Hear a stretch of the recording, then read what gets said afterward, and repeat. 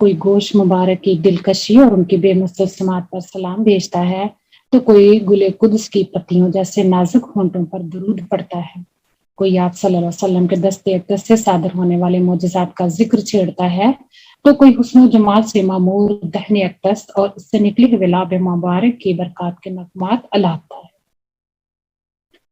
اس تذکار شمائل سے وجود میں کیفیات وجد کا نزول ہونے لگتا ہے اور بارگاہ مصطفیٰ صلی اللہ علیہ وسلم میں حضوری کی خیرات ملنے لگتی ہے۔ یہی وہ کیفیات ہیں جو ان محافل کا حاصل ہیں اور جن سے قلب و روح میں تجلیات ایمان کا ورد ہونے لگتا ہے۔ یہ وہ توشہ آخرت ہے جو سفر حشر میں مومن کے بہت کام آئے گا۔ تذکار خصائص و فضائل مصطفیٰ صلی اللہ علیہ وسلم۔ محفل میلاد النبی میں حضور نبی اکرم کے خصائص اور فضائل کا تذکرہ بھی کیا جاتا ہے۔ یہ آپ صلی اللہ علیہ وسلم کے خصائل و فضائل اور اوصاف و کمالات ہی ہیں جو آپ صلی اللہ علیہ وسلم کو دیگر انبیاء اکرام علیہ السلام اور تمام انسانوں سے ممتاز کرتے ہیں۔ آپ صلی اللہ علیہ وسلم جامع کمالات انبیاء ہیں۔ آپ صلی اللہ علیہ وسلم کی ذات اقدس میں تمام انبیاء اور رسل کے محمد و محسن اور معجزات و کمالات بدرجہ یکتم جمع فرما دیے گئے ہیں۔ اللہ تعالیٰ نے اپنے حبیب مکرم صلی اللہ علیہ وسلم کو تمام اہل جہان پر شرف و فضیلت عطا فرمائی اور تمام اولین و آخرین کا سید اور سردار بنایا۔ آپ صلی اللہ علیہ وسلم کو اپنے قرب خاص سے نوازا اور شب معراج عرش پر بلا کر اپنا دیدار عطا فرمایا۔ اس نے قرآن حکیم میں آپ صلی اللہ علیہ وسلم کی اطاعت کو اپنی اطاعت، اپنی رضا کو آپ کی رضا کو اپنی رضا، آپ کی بیعت کو اپنی بیعت، آپ کے فعل کو اپنا فعل، نطق رسول کو اپنی وحی، آپ صلی اللہ علیہ وسلم کی نافرمانی کو اپنی نافرمانی، آپ صلی اللہ علیہ وسلم کی مخالفت کو اپنی مخالفت اور آپ صلی اللہ علیہ وسلم کی عطا کو اپنی عطا قرار دیا۔ اس پر مستزاد حضور سرور کائنات صلی اللہ علیہ وسلم کو ایسے دنیاوی برزخی اور اخروی خصائص و فضائل سے نوازا جو بے مثال ہونے کے علاوہ حد شمار سے بھی باہر ہیں۔ میلاد النبی صلی اللہ علیہ وسلم کے مبارک تقریبات میں حسن صورت و سیرت مصطفیٰ صلی اللہ علیہ وسلم کے تذکرے تو ہوتے ہی ہیں، اس کے ساتھ ساتھ آپ صلی اللہ علیہ وسلم کی قصیر الجہت شانوں کا بیان اہل ایمان کے دلوں میں عشق و محبت کی وہ شمع فروزہ کر دیتا ہے جن کی ذو شبستان زندگی کو منور کر دیتی ہے۔ آپ صلی اللہ علیہ وسلم کے فضائل و خصائص پر مشتمل چند احادیث ذیل میں درج کی جاتی ہیں۔ حضرت انس بن مالک رضی اللہ عنہ سے روایت ہے کہ حضور نبی اکرم صلی اللہ علیہ وسلم نے فرمایا کہ روز قیامت سب سے پہلے میں اپنی قبر انور سے نکلوں گا اور جب لوگ وفد بن کر جائیں گے تو میں ہی ان کا قائد ہوں گا، اور جب وہ خاموش ہوں گے تو میں ہی ان کا خطیب ہوں گا، میں ہی ان کی شفاعت کرنے والا ہوں گا، جب وہ روک دیے جائیں گے اور میں ہی انہیں خوشخبری دینے والا ہوں، جب وہ مایوس ہو جائیں گے بزرگی اور جنت کی چابیاں اس روز میرے ہاتھ میں ہوں گی۔ میں اپنے رب کے ہاں اولاد آدم میں سب سے زیادہ مکرم ہوں، میرے ارد گرد اس روز 1000 خادم پھریں گے، گویا وہ گرد و غبار سے محفوظ سفید خوبصورت انڈے یعنی پوشیدہ حسن ہیں یا بکھرے ہوئے موتی ہیں۔ اس حدیث مبارکہ میں روز قیامت آپ صلی اللہ علیہ وسلم کو عطا ہونے والے مراتب و درجات کا ذکر ہے اور یہ بھی موضوعات میلاد میں سے ہیں۔ حضرت ابو سعید خدری رضی اللہ عنہ فرماتے ہیں کہ حضور نبی اکرم صلی اللہ علیہ وسلم نے فرمایا، روز قیامت میں تمام اولاد آدم کا سردار ہوں گا اور مجھے اس پر کوئی فخر نہیں۔ اس روز لوائے حمد الہی کا جھنڈا میرے ہاتھ میں ہوگا اور مجھے اس پر کوئی فخر نہیں، اور اس روز آدم سمیت تمام نبی میرے جھنڈے تلے ہوں گے اور میں سب سے پہلا شخص ہوں گا جس کے باہر نکلنے کے لیے زمین کا سینہ کھولا جائے گا، اور اس اولیت پر مجھے فخر نہیں۔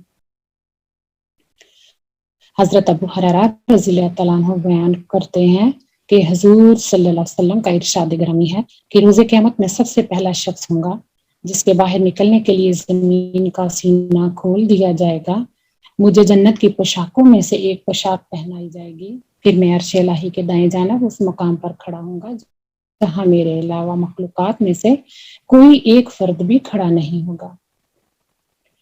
ہم ان احادیث کو بطور حوالہ اس لیے لا رہے ہیں تاکہ یہ بات واضح ہو جائے کہ ان میں کسی قسم کے احکام شریعت یا حلال و حرام اور تبلیغ و دعوت یا سیرت وغیرہ کے کوئی پہلو بیان ہوئے ہیں، نہ آپ صلی اللہ علیہ وسلم کے خلق عظیم کا کوئی ذکر ہوا ہے، بلکہ ان میں تواتر کے ساتھ جو چیزیں بیان ہوئی ہیں وہ حضور صلی اللہ علیہ وسلم کے فضائل و خصائص اور اولاد آدم میں آپ صلی اللہ علیہ وسلم کے مقام و مرتبہ، بے مثال عظمت و رفت اور روحانی مدارج کا ذکر ہے۔ کتب حدیث میں فضائل و مناقب کے ذیل میں صرف یہی خاص مضمون بیان ہوئے ہیں اور اصلاً یہ میلاد شریف کے مضامین ہیں۔ نمبر 5، ذکر ولادت اور روحانی آثار و علائم کا تذکرہ۔ محفل میلاد کا 5واں پہلو آپ صلی اللہ علیہ وسلم کی ولادت کے تذکار اور بوقت ولادت رونما ہونے والی روحانی علامات و آثار کے بیان پر مشتمل ہے۔ محفل میلاد میں ہم خصوصیت کے ساتھ آقا دو جہاں صلی اللہ علیہ وسلم کی ولادت باسعادت اور ان خارق العادت روحانی آثار و علائم کا تذکرہ کرتے ہیں جو ان ساتوں عہد نبی صلی اللہ علیہ وسلم میں ظہور پذیر ہوئے تھے۔ آپ صلی اللہ علیہ وسلم کے عہد شباب اور عمر مبارک کے 40 سال کو پہنچنے پر پیغمبرانہ منصب پر فائز ہونے کے واقعات کا تذکرہ کیا جاتا ہے۔ تذکار میلاد میں ان فوق العادت روحانی واقعات اور آثار و علامات کے حوالے سے گفتگو ہوتی ہے۔ ان محیر العقول واقعات کو بیان کیا جاتا ہے جو ظہور قدسی کے وقت شہر مکہ اور دنیا کے دوسرے حصوں میں پیش آئے، جن کا تعلق بالواسطہ یا بلا واسطہ ولادت مصطفیٰ صلی اللہ علیہ وسلم سے ہے۔ اس کے ساتھ ساتھ ان بشارتوں اور پیشن گوئیوں کا ذکر کیا جاتا ہے جو حضور خاتم النبیین صلی اللہ علیہ وسلم کی اس دنیا میں تشریف آوری سے متعلق سابقہ لہامی کتب میں مذکور ہے۔ سیدنا آدم علیہ السلام سے لے کر سیدنا عیسیٰ علیہ السلام تک نسل در نسل اور گروہ در گروہ تمام انبیاء علیہ السلام آپ صلی اللہ علیہ وسلم کی آمد کے تذکرے کرتے رہے، یہاں تک کہ یہ سلسلہ آپ صلی اللہ علیہ وسلم کی ولادت مبارکہ کی صورت میں انجام پذیر ہوا۔ یہ سب بشارتیں جو کتب سابقہ اور صحائف آسمانی میں آپ صلی اللہ علیہ وسلم کے بارے میں مرقوم تھیں، میلاد کا موضوع بنتی ہیں۔ اسی طرح حضور صلی اللہ علیہ وسلم کا حسن نسب اور حضرت آدم علیہ السلام سے آگے جن پاک پشتوں میں آپ صلی اللہ علیہ وسلم کا نور منتقل ہوتا ہوا پہلوئے سے سیدہ آمینہ رضی اللہ عنہ میں در یتیم کی صورت میں ظاہر ہوا اور وہ نوع انسانی کے لیے اللہ کے فضل اور نعمت کے طور پر جلوہ گر ہوا۔ میلاد کا نفس مضمون ہے جس کا ذکر مولد یا میلاد کے موسم میں ڈھل جاتا ہے۔ الغرض آپ صلی اللہ علیہ وسلم کی ولادت باسعادت کے احوال اور رشک زمانہ سیدہ آمنہ اور سیدہ حلیمہ سعدیہ رضی اللہ عنہ کی آغوش عاطفت میں آپ صلی اللہ علیہ وسلم کے عہد طفلی کے حالات و واقعات کا تذکرہ ان پاکیزہ محافل و مجالس میں قلب و روح کے تار ہلا دیتا ہے۔ آپ صلی اللہ علیہ وسلم کے معجزات و کمالات بیان کیے جاتے ہیں تو وجد و مستی کے ایسے مظاہر دیکھنے میں آتے ہیں جنہیں صرف محسوس کیا جا سکتا ہے، انہیں بیان کرنے کی سکت کسی قلم اور زبان میں نہیں۔ میلاد النبی صلی اللہ علیہ وسلم ایمان کو جلا بخشنے کا ایک انتہائی مؤثر و مجرد ذریعہ ہے۔ اس سے وہ قوت پیدا ہوتی ہے جسے علامہ اقبال رحمۃ اللہ علیہ قوت عشق کا نام دیتے ہیں اور جس کی بدولت اس نے محمد صلی اللہ علیہ وسلم کی ضیاء پاشیوں سے شبستان دہر میں اجالا کیا جاتا ہے۔ یہی جشن میلاد ملانے کا مدعا و مقصود ہے۔ بقول اقبال قوت عشق سے ہر پست کو بالا کر دے، دہر میں اس میں محمد صلی اللہ علیہ وسلم سے اجالا کرتے۔ فصل سوم میں مدحت و نعت رسول صلی اللہ علیہ وسلم۔ محافل میلاد النبی صلی اللہ علیہ وسلم کا ایک اہم ترین عنصر حضور صلی اللہ علیہ وسلم کی مدح سرائی اور نعت خوانی ہے۔ اہل اسلام محافل نعت منعقد کر کے اپنے محبوب پیغمبر صلی اللہ علیہ وسلم کے ساتھ اپنی بے پناہ محبت اور جذبات وابستگی کا اظہار کرتے ہیں۔ نعت مصطفیٰ صلی اللہ علیہ وسلم کوئی نیا عمل نہیں بلکہ قرآن و سنت سے ثابت ہے۔ ذیل میں اس سمن میں چند حوالہ جات نقل کیے جاتے ہیں۔ قرآن میں نعت مصطفیٰ صلی اللہ علیہ وسلم۔ اللہ رب العزت نے قرآن حکیم میں متعدد مقامات پر اپنے محبوب پیغمبر کا ذکر جمیل پیرایا نعت میں کیا ہے۔ خالق کائنات اپنے حبیب صلی اللہ علیہ وسلم سے جب بے روئے خطاب ہوا تو نام لینے کی بجائے کبھی یا ایھا المزمل کہا اور کبھی یا ایھا المدثر اور کبھی یا سین کے لقب سے پکارا۔ اسی طرح کلام مجید میں کہیں والدہا کہہ کر آپ صلی اللہ علیہ وسلم کے رخ انور کی قسم کھائی، اور کہیں واللیل کہہ کر آپ صلی اللہ علیہ وسلم کی شب تاریک کی مانند سیاہ زلفوں کی قسم کھائی۔ ہما قرآن در شان محمد صلی اللہ علیہ وسلم کے مستاق پورا قرآن حکیم حضور صلی اللہ علیہ وسلم کی مدح اور نعت ہی تو ہے۔ اس کے پیرایا اظہار میں نعت ہی کا رنگ صاف جھلکتا دکھائی دیتا ہے۔ بطور حوالہ چند آیات درج ذیل ہیں۔ آپ صلی اللہ علیہ وسلم کے شرح صدر، رفع بار غم اور رفعت ذکر کو قرآن حکیم میں یوں بیان کیا گیا ہے: الم نشرح لک صدرک ووضعنا عنک وزرک الذی انقض ظہرک ورفعنا لک ذکرک۔ کیا ہم نے آپ کی خاطر آپ کا سینہ انوار علم و حکمت اور معرفت کے لیے کشادہ نہیں فرما دیا، اور ہم نے آپ کا غم امت کا وہ بار آپ سے اتار دیا جو آپ کی پشت مبارک پر گراں ہو رہا تھا، اور ہم نے آپ کی خاطر آپ کا ذکر اپنے ذکر کے ساتھ ملا کر دنیا آخرت میں ہر جگہ بلند فرما دیا۔ اللہ تعالیٰ اور اس کے فرشتے ہما وقت آپ صلی اللہ علیہ وسلم پر درود بھیجتے رہے ہیں۔ ارشاد فرمایا: بے شک اللہ اور اس کے سب فرشتے نبی مکرم صلی اللہ علیہ وسلم پر درود بھیجتے رہتے ہیں۔ اے ایمان والو، تم بھی ان پر درود بھیجا کرو اور خوب سلام بھیجا کرو۔ آپ صلی اللہ علیہ وسلم کی بارگاہ میں حاضر ہونے کے بارے میں فرمایا: اور ہم نے کوئی پیغمبر نہیں بھیجا مگر اس لیے کہ اللہ کے حکم سے اس کی اطاعت کی جائے۔ اور اے حبیب، اگر وہ لوگ جب اپنی جانوں پر ظلم کر بیٹھے تھے آپ کی خدمت میں حاضر ہو جاتے اور اللہ سے معافی مانگتے، اور رسول اللہ صلی اللہ علیہ وسلم بھی ان کے لیے مغفرت طلب کرتے، تو وہ اس وسیلہ اور شفاعت کی بنا پر ضرور اللہ کو توبہ قبول فرمانے والا نہایت مہربان پاتے۔ آپ صلی اللہ علیہ وسلم کی اطاعت کو اپنی اطاعت قرار دے دیا۔ جس نے رسول صلی اللہ علیہ وسلم کا حکم مانا، بے شک اس نے اللہ ہی کا حکم مانا، اور جس نے روگردانی کی تو ہم نے آپ کو ان پر نگہبان بنا کر نہیں بھیجا۔ نمبر 2، حضور صلی اللہ علیہ وسلم نے خود اپنی نعت سنی۔ حضور نبی اکرم صلی اللہ علیہ وسلم خود محفل نعت منعقد فرماتے اور حضرت حسان بن ثابت رضی اللہ عنہ کو فرماتے کہ وہ آپ صلی اللہ علیہ وسلم کی مدح میں لکھے ہوئے قصائد پڑھ کر سنائیں۔ ان کے علاوہ بعض دیگر صحابہ اکرام رضی اللہ عنہ کو بھی حضور صلی اللہ علیہ وسلم کی مدح سرائی کا شرف حاصل ہوا۔ اس زمن میں وارد چند روایات درج ہیں۔ حضرت حسان بن ثابت رضی اللہ عنہ سے نعت سننا۔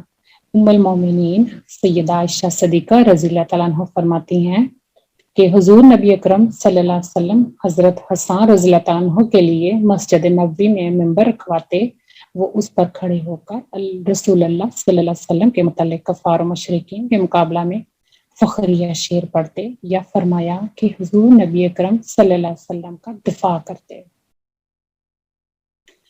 حدیث شریف میں وارد لفظ کا آنا اس امر کی خبر دیتا ہے کہ یہ واقعہ بار بار ہوا اور یہ آپ صلی اللہ علیہ وسلم کا معمول تھا۔ آپ صلی اللہ علیہ وسلم ہمیشہ حضرت حسان بن ثابت رضی اللہ عنہ کو مسجد نبوی میں منبر پر بلاتے اور وہ حضور صلی اللہ علیہ وسلم کی شان میں نعت پڑھتے اور کفار کی ہجوں میں لکھا ہوا کلام سناتے۔ اس سے آپ صلی اللہ علیہ وسلم کی عظمت اور شوکت اور علو مرتبت کا پتہ چلتا ہے۔ سیدہ عائشہ رضی اللہ عنہا آگے بیان کرتی ہیں کہ حضرت حسان آپ صلی اللہ علیہ وسلم کی نعت پڑھتے تو آپ صلی اللہ علیہ وسلم خوش ہو کر فرماتے: بے شک اللہ تعالیٰ روح القدس کے ذریعے حسان کی مدد فرماتا ہے جب تک وہ اللہ کے رسول کے متعلق فخریہ اشعار بیان کرتا ہے یا اشعار کی صورت میں ان کا دفاع کرتا ہے۔ ام المومنین سیدہ عائشہ صدیقہ رضی اللہ عنہا روایت کرتی ہیں کہ انہوں نے حضور نبی اکرم صلی اللہ علیہ وسلم کو حضرت حسان سے فرماتے ہوئے سنا: بے شک روح القدس جبرائیل امین تمہاری مدد میں رہتے ہیں جب تک تم اللہ اس کے رسول کا دفاع کرتے ہو۔ حسان نے کافروں کی ہجوں کی، مسلمانوں کی تشفی دی اور خود بھی تشفی پائی، اور سیدنا حسان رضی اللہ عنہ نے یہ اشعار پڑھے: تو نے محمد صلی اللہ علیہ وسلم کی شان میں گستاخی کی تو میں اس کا جواب دیتا ہوں، اور اس جواب پر اللہ کے پاس جزا ہے۔ تو نے اس محمد صلی اللہ علیہ وسلم کی شان میں گستاخی کی ہے جو کہ نیک پرہیزگار اللہ کے رسول ہیں، وفا جن کی خصلت ہے۔ بس بے شک میرے والد اور ان کے والد یعنی میرے دادا اور میری عزت و آبرو تمہارے مقابلے میں عزت و ناموس سے محمد صلی اللہ علیہ وسلم کے دفاع کا ذریعہ ہے۔ واقعہ افک میں حضرت حسان رضی اللہ تعالیٰ عنہ بھی منافقین کے پراپیگنڈے کی وجہ سے غلط فہمی کا شکار ہو گئے، لیکن حضرت عائشہ صدیقہ رضی اللہ تعالیٰ عنہا نے ثنا خوان مصطفیٰ صلی اللہ علیہ وسلم سمجھ کر انہیں معاف کر دیا اور فرمایا حسان تو وہ ہے کہ جس نے بارگاہ رسالت مآب صلی اللہ علیہ وسلم میں یہ نعت پڑھی ہے۔ بس بے شک میرے والد اور ان کے والد یعنی میرے دادا اور میری عزت و آبرو ہے کفار تمہارے مقابلے میں عزت و ناموس سے محمد صلی اللہ علیہ وسلم کے دفاع کا ذریعہ ہے۔ حضرت حسان بن ثابت انصاری رضی اللہ تعالیٰ عنہ نے حضرت ابو ہریرہ رضی اللہ تعالیٰ عنہ سے پوچھا، میں آپ کو اللہ کی قسم دیتا ہوں کہ کیا آپ نے حضور صلی اللہ علیہ وسلم کو یہ فرماتے ہوئے سنا ہے؟ اے حسان، اللہ کے رسول کی طرف سے دفاع کرتے ہوئے کفار کو جواب دو، اے اللہ اس کی روح الامین کے ذریعے مدد فرما۔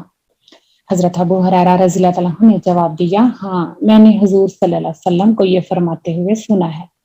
حضرت براء بن عازب رضی اللہ تعالیٰ عنہ روایت کرتے ہیں کہ بے شک حضور نبی اکرم صلی اللہ علیہ وسلم نے حضرت حسان رضی اللہ تعالیٰ عنہ سے فرمایا، اے حسان جو لوگ میرے گستاخ اور بے ادب ہیں تم نعت میں ان کی ہجو اور گستاخانہ کلمات کا جواب دو، اس کام میں جبرائیل بھی تمہارے مددگار ہیں۔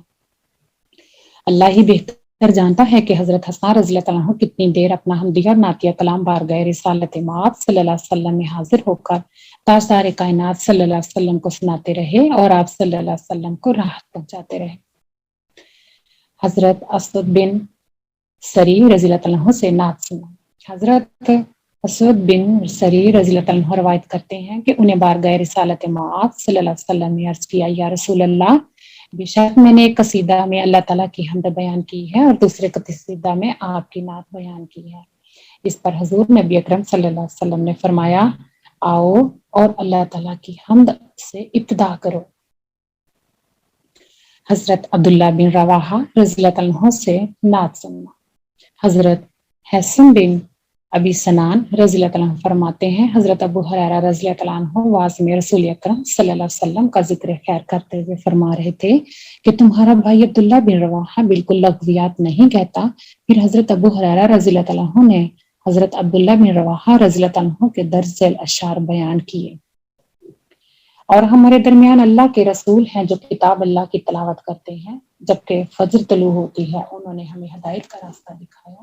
اس کے بعد کہ ہم جہالت کی تاریکی میں تھے، چنانچہ ہمارے دل یقین کرتے ہیں کہ جو کچھ آپ نے کہا وہ ہو کر رہے گا۔ آپ صلی اللہ علیہ وسلم اس حال میں رات گزارتے ہیں کہ بستر سے آپ صلی اللہ علیہ وسلم کا پہلو جدا ہوتا ہے، جبکہ مشرکین کے بستر ان کی وجہ سے بھوجل ہوتے ہیں، یعنی ان کی نیندیں اڑ جاتی ہیں۔ حضرت انس رضی اللہ عنہ روایت کرتے ہیں کہ حضور نبی اکرم صلی اللہ علیہ وسلم عمرہ قضا کے موقع پر مکہ مکرمہ داخل ہوئے تو عبداللہ بن رواحہ آپ صلی اللہ علیہ وسلم کے آگے آگے چلتے ہوئے بلند آواز سے کہہ رہے تھے، اے اولاد کفار، آپ صلی اللہ علیہ وسلم کا راستہ چھوڑ دو، آج ہم تمہیں حکم قرآن کی مار ماریں گے، ایسی مار جو کھوپڑی کو اپنی جگہ سے دور کر دے گی اور دوست کو دوست سے جدا کر دے گی۔ اس پر حضرت عمر رضی اللہ تعالیٰ عنہ نے ان سے فرمایا، اے ابن رواحہ، تم حضور صلی اللہ علیہ وسلم کے سامنے اور اللہ کے حرم میں شعر کہہ رہے ہو۔ حضور نبی اکرم صلی اللہ علیہ وسلم نے حضرت عمر رضی اللہ عنہ کا سوال سنا تو ان سے فرمایا، اے عمر اس سے کہنے دو، یہ اشعار ان کفار کے دلوں پر تیر برسانے سے بھی زیادہ تیز ہے۔ حضرت عامر بن عقوف رضی اللہ عنہ سے مجمع عام میں نعتیہ اشعار سننا۔ حضرت سلمہ بن عقو رضی اللہ عنہ بیان کرتے ہیں کہ ایک رات ہم رسول اللہ صلی اللہ علیہ وسلم کے ہمراہ خیبر کی طرف جا رہے تھے۔ قافلہ میں سے کسی شخص نے میرے بھائی عامر بن عقو سے کہا کہ آج آپ ہمیں اپنا کوئی کلام سنائیں۔ وہ اونٹ سے اترے اور یہ شعر پڑھنے لگے، اے ہمارے پروردگار، اگر تو اپنا محبوب ہمارے درمیان بھیج کر ہمارے شامل حال نہ ہوتا تو ہم ہرگز ہدایت پا سکتے، نہ ہم صدقہ خیرات کرتے اور نہ نماز قائم کر سکتے۔ میں تجھ پر فدا تو ہماری خطائیں معاف فرما جب تک ہم تقوی اختیار کیے ہوئے ہیں، اور جب دشمن سے ہمارا سامنا ہو تو ہمیں ثابت قدمی عطا فرما۔ یہ سن کر حضور نبی اکرم صلی اللہ علیہ وسلم نے فرمایا، یہ اونٹنی چلانے والا اور میری نعت کہنے والا کون ہے؟ صحابہ اکرام رضی اللہ تعالیٰ عنہ نے عرض کیا، یا رسول اللہ، یہ عامر بن عقوم ہے۔ حضور صلی اللہ علیہ وسلم نے خوش ہو کر دعا دیتے ہوئے فرمایا، اللہ تعالیٰ اس پر رحمت نازل فرمائے۔ یہ حضور صلی اللہ علیہ وسلم کی سنت مبارکہ ہے کہ آپ صلی اللہ علیہ وسلم نعت سن کر اپنے ثنا خاں کے حق میں دعا کرتے اور انہیں اپنی توجہات اور فیوزات سے مالا مال کرتے۔ حضرت عباس بن عبد المطلب سے نعت سننا۔ حضرت خریم بن اوس رضی اللہ عنہ فرماتے ہیں کہ میں نے حضور نبی اکرم صلی اللہ علیہ وسلم کی غزوہ تبوک سے واپسی پر حاضر ہو کر اسلام قبول کیا، تو میں نے عباس بن عبد المطلب کو یہ کہتے ہوئے سنا، یا رسول اللہ، میں آپ کی مداح کرنا چاہتا ہوں۔ ان کے اظہار خواہش پر حضور صلی اللہ علیہ وسلم نے فرمایا، کہیں اللہ تعالیٰ آپ کے منہ کے مہر نہ توڑ دے، یعنی آپ کے دانت سلامت رہے۔ پھر حضرت عباس رضی اللہ عنہ نے حضور صلی اللہ علیہ وسلم کی شان اقدس میں درج ذیل نعتیہ اشعار کہے۔ جب حضرت آدم علیہ السلام اور حضرت حوا علیہ السلام اپنے اپنے جسموں کو جنت میں پتوں سے ڈھانپ رہے تھے، اس وقت سے بھی بہت پہلے آپ صلی اللہ علیہ وسلم جنت کے سایوں اور اپنی والدہ ماجدہ کے رحم میں بھی پاکیزہ تھے۔ ان کے جنت میں زمین پر اتارے جانے کے بعد آپ صلی اللہ علیہ وسلم بھی ان کے ہمراہ زمین پر تشریف لے آئے، جبکہ آپ صلی اللہ علیہ وسلم نہ تو قبل عظیم بشری صورت میں تھے اور نہ ہی گوشت اور علق کی حالت میں، بلکہ حضرت نوح علیہ السلام کی مبارک پشت میں ایک تولیدی قطرہ کی حالت میں کشتی میں سوار تھے جب دریا کے غرق نے نصر بت اور اس کی پرستش کرنے والوں کو لگام دی تھی، یعنی طوفان کے باعث منکرین نوح غرق ہو گئے تھے۔ آپ صلی اللہ علیہ وسلم مقدس اسلاف سے پاکیزہ رحام کی جانب منتقل ہوتے رہے، جب ایک دور گزرتا تو دوسرا شروع ہو جاتا، یہاں تک کہ آپ صلی اللہ علیہ وسلم کا مبارک شرف جو آپ کے فضل پر گواہ ہے، قبیلہ خندف قریش کے نسب کے اعلیٰ مقام پر فائز ہوا، جبکہ دوسرے تمام لوگ آپ کے اس مقام سے نیچے ہیں۔ اور جب آپ سیدہ آمنہ رضی اللہ عنہ کی گود میں بزم آرائے جہاں ہوئے تو آپ کی تشریف آوری کے بعد زمین پر نور ہو گئی اور فضا جگمگانے اٹھی۔ آپ صلی اللہ علیہ وسلم کی ضیا پاشی اور نورانیت کے صدقے ہی تو راہ ہدایت پر گامزن ہے۔ حضرت کعب سے نعت سننا اور آپ صلی اللہ علیہ وسلم کا انہیں چادر عطا فرمانا۔ محمد بن اسحاق بیان کرتے ہیں کہ کعب بن زہیر بن ابو سلمہ بھاگ کر مدینہ منورہ آئے تو قبیلہ جہینہ کے ایک شناسہ شخص کے پاس رات ٹھہرے۔ نماز فجر کے وقت وہ انہیں حضور نبی اکرم صلی اللہ علیہ وسلم کی بارگاہ میں لے گئے تو انہوں نے لوگوں کے ساتھ نماز پڑھی۔ کسی نے انہیں بتایا کہ وہ رسول اللہ صلی اللہ علیہ وسلم ہیں، آپ بس تو ان کے پاس جا کر امان طلب کر۔ وہ آپ صلی اللہ علیہ وسلم کے پاس حاضر ہوئے، یہاں تک کہ آپ صلی اللہ علیہ وسلم کے سامنے بیٹھ کے اور اپنے ہاتھ کو آپ کے ہاتھ میں دے دیا۔ پھر عرض کیا، یا رسول اللہ، بے شک کعب بن زہیر تائب اور مسلمان ہو کر آپ سے امان طلب کرنے آیا ہے، اگر میں اسے آپ کے حاضر خدمت کروں تو کیا آپ اس کی معافی قبول فرمائیں گے؟ حضور صلی اللہ علیہ وسلم نے فرمایا، ہاں۔ تو اس نے عرض کیا، میں ہی کعب بن زہیر ہوں۔ یہ سنتے ہی ایک انصاری شخص نے عرض کیا، یا رسول اللہ، مجھے حکم دیجئے کہ میں اس دشمن خدا کی گردن اتار دوں۔ آپ صلی اللہ علیہ وسلم نے فرمایا، اسے چھوڑ دو، بے شک وہ اپنی گزشتہ حالت سے تائب ہو کر اب چھٹکارا پا کر آیا ہے۔ پھر انہوں نے قصیدہ باندھ سعد پڑھا، معشوقہ کی جدائی میں میرا دل بیمار ہے، ذلیل و غلام بنا ہوا اس کے ساتھ ساتھ جو فدیہ دے کر چھوٹ نہ سکا۔ اس قصیدہ میں انہوں نے یہ شعر بھی پڑھا، مجھے خبر دی گئی کہ بے شک رسول اللہ صلی اللہ علیہ وسلم نے میرے لیے وعید فرمائی ہے، حالانکہ رسول اللہ سے عفو درگزر کی امید کی جاتی ہے۔ بے شک یہ رسول نور ہیں جن سے روشنی اخذ کی جاتی ہے اور اللہ کی شمشیروں میں سے برہنہ شمشیر ہے۔ ابن قان بغدادی روایت کرتے ہیں کہ کعب نے یہ شعر پڑھا تو حضور صلی اللہ علیہ وسلم نے انہیں چادر عنایت فرمائی۔ حضور نبی اکرم صلی اللہ علیہ وسلم نے انہیں چادر مبارک عطا فرمائی، جسے معاویہ رضی اللہ عنہ نے ان کی اولاد سے مال کے بدلہ خرید لیا۔ یہی وہ چادر تھی جسے خلفائے عیدوں کے موقع پر پہنتے تھے۔ اس حدیث شریف سے ثابت ہوا کہ نعت سن کر نعت خواں کو نذرانہ کے طور پر کچھ دینا حضور صلی اللہ علیہ وسلم کی سنت مبارکہ ہے۔